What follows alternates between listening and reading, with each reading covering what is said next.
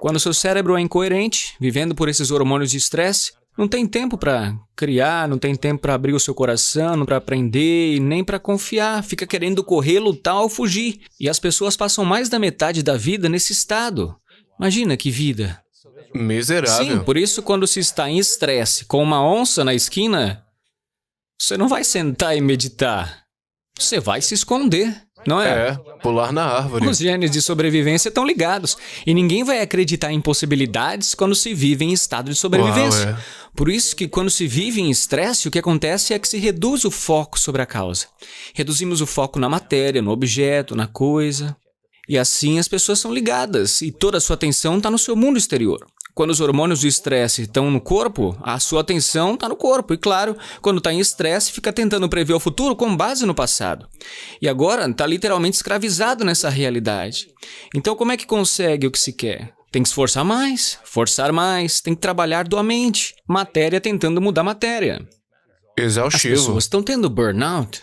Então, a gente sabe agora que quando se passa de um foco estreito em algo e começa a abrir esse foco, cria-se um sentido, uma consciência. E o ato de abrir o foco faz com que se deixe de pensar. E se você deixa de pensar tão acelerado, deixa de ativar esses circuitos e começa a abrandar as suas ondas cerebrais. E à medida em que abranda as suas ondas cerebrais, começa a ligar esse sistema nervoso autônomo, o que vai dar vida. De repente, quando você vai além, chega uma hora que fala, ó, ele se foi, vamos entrar e limpar essa confusão antes dele voltar. Vai criando um equilíbrio. Assim o corpo começa a fazer por A você. inteligência natural vai entrar logo que se conectar. Tente se conectar. Por isso, tente saber como mudar as suas ondas cerebrais.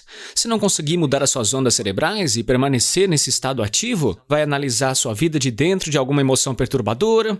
Então eu te digo que depois de analisar todos esses exames de cérebro, se analisar a sua vida de dentro de alguma emoção perturbadora, você vai piorar seu cérebro. De fato, está pensando no passado. Assim, nós ensinamos às pessoas a fórmula de como abrir o seu foco, mudar as suas ondas cerebrais, se ligar a esse campo invisível e, de repente, diferentes compartimentos do cérebro começam a sincronizar. Parte de trás com parte da frente, lado esquerdo, lado direito, e sincronizando essa pessoa vai se sentir melhor, vai se sentir ela mesma. E quando você ver esses hemisférios do cérebro começando a se iluminar, cuidado, porque essas pessoas vão se sentir realmente inteiras. Vão começar a amar a vida, vão se sentir apaixonadas pela vida, porque a união da polaridade, dessa dualidade, vai fazer com que o cérebro fique coerente. Quando se está ressentido, quando se é crítico, quando se está impaciente, o coração bate fora do ritmo. Por quê? Porque você pisa no acelerador, no freio ao mesmo tempo. O seu corpo e a sua inteligência, para sobreviver, fala, tem um tiranossauro chegando. Mas você não está correndo, porque você está sentado do outro lado da mesa, olhando para alguém sorrindo, e o seu corpo está acelerando. Por isso o coração bate fora do ritmo. Quando isso acontece, você desperdiça, você usa toda a sua força vital. Você usa toda essa energia para sobreviver em vez de pensar em ir além. Você retira da sua força vital esse campo invisível à volta do teu corpo e transforma em química. Na verdade, vai encolher o seu próprio campo. Os hormônios do estresse nos fazem ser materialistas. Quando a gente está sob estresse, usamos nossos sentidos para determinar a realidade. Por isso, nos sentimos mais como matéria e menos como energia, mais separados da possibilidade.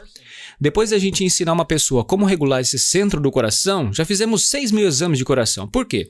Porque se eu posso ensinar como entrar nesse estado de coração e posso ensinar como ativar esse centro e como regular uma emoção elevada, o coração começa a criar uma assinatura muito coerente. Quando o coração começa a bater como um tambor, é como jogar uma pedrinha na água. Começa a produzir um campo magnético mensurável de até 3 metros de largura. Então agora é mais energia do que matéria, é mais onda do que partícula. Agora esse campo criado é mensurável. E isso é uma energia. Energia é frequência. E toda frequência transporta informação. E qual é a informação que chega até aqui? Porque você está compartilhando para Que o mundo. você poderia levar o pensamento da sua cura. Por quê?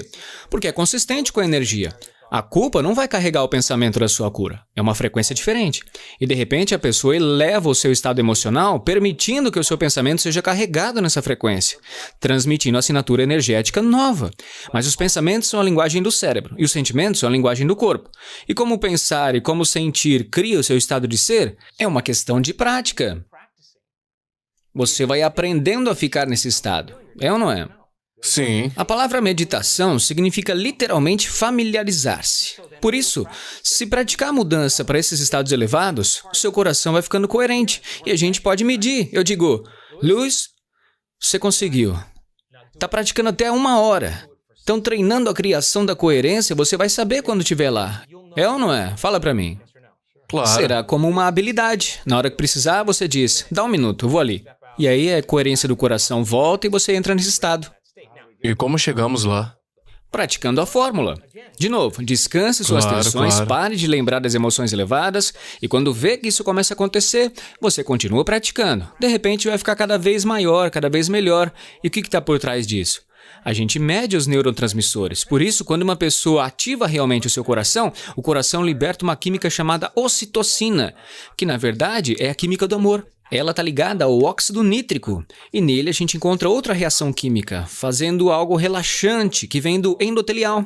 E o que isso faz? Faz com que os vasos do seu coração enchem, literalmente tenham muita energia. Você vai se sentir como se o seu coração estivesse cheio.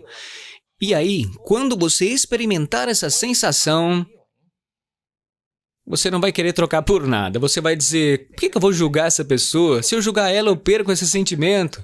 De repente, você vai estar se autorregulando. Uma vez que o coração é ativado, essa semana eu tive no laboratório de pesquisa. Uma vez que o coração é ativado, ele amplifica a energia no cérebro. Quando abre esse coração e ele começa a sinalizar ao cérebro, supre os centros de sobrevivência. E de fato, a pesquisa mostra que ele vai repor a sua linha de base.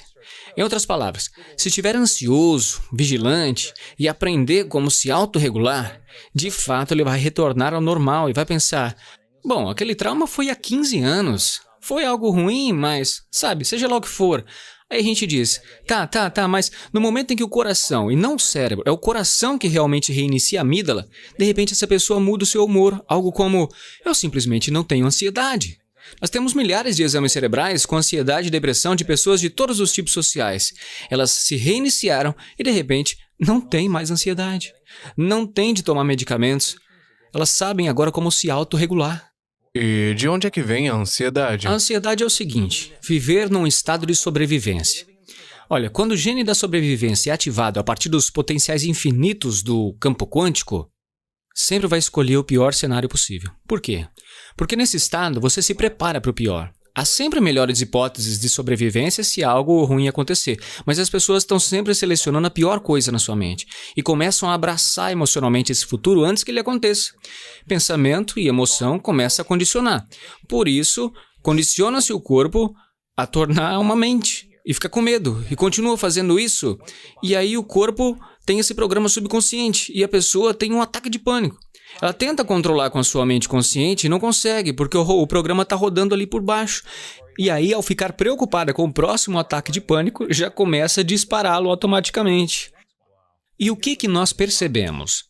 As pessoas que se autorregularam e criaram esses estados elevados, a gente tem escaneamento do coração deles, sustentando o batimento harmônico durante 1 hora inteira de meditação. No fim do dia, ainda usando o monitor, já são 8 da noite, eles não estão em meditação e por 1 hora inteira estão com a frequência cardíaca harmônica.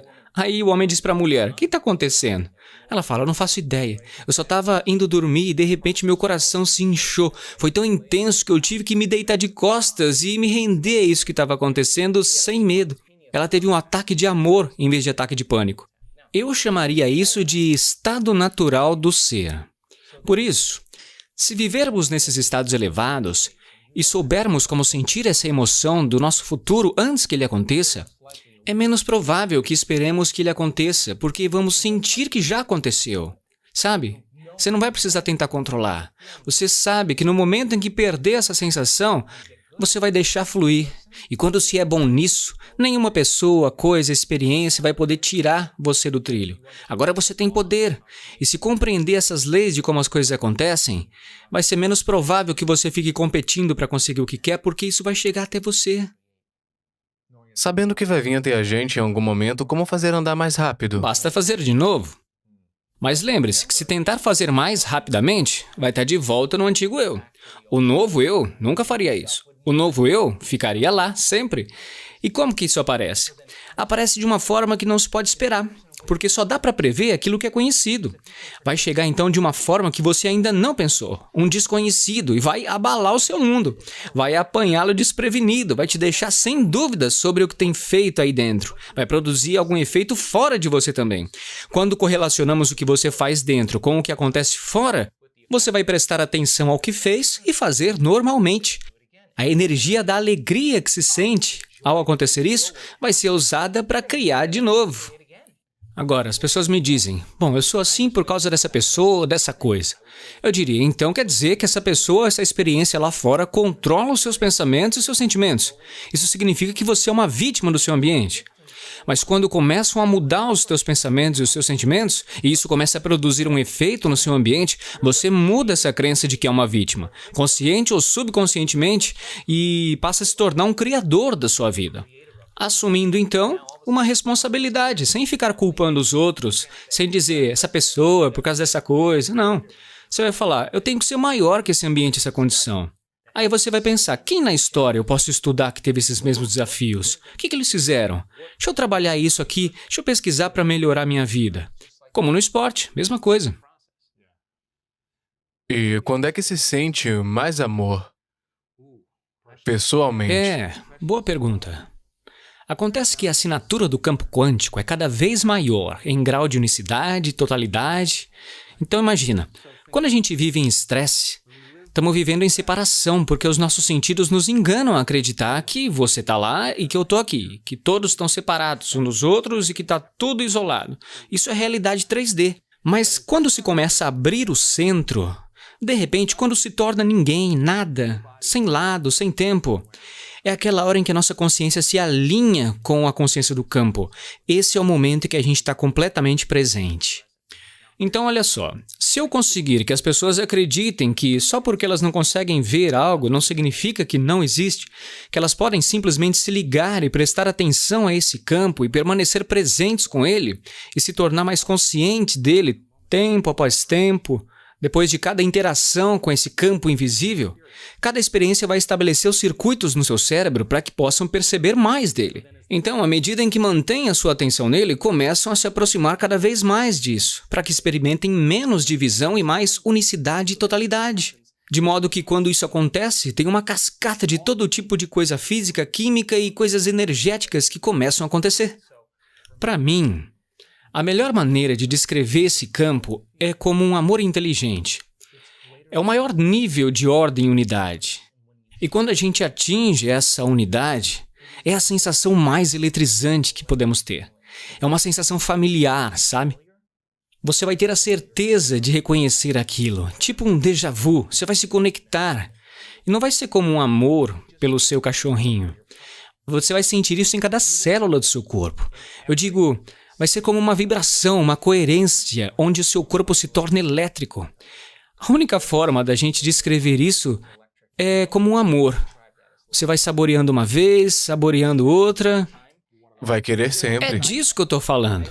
E eu digo sempre que a primeira vez que aconteceu comigo, e todas as vezes desde que eu voltei a esse estado em mim, eu digo a mesma coisa.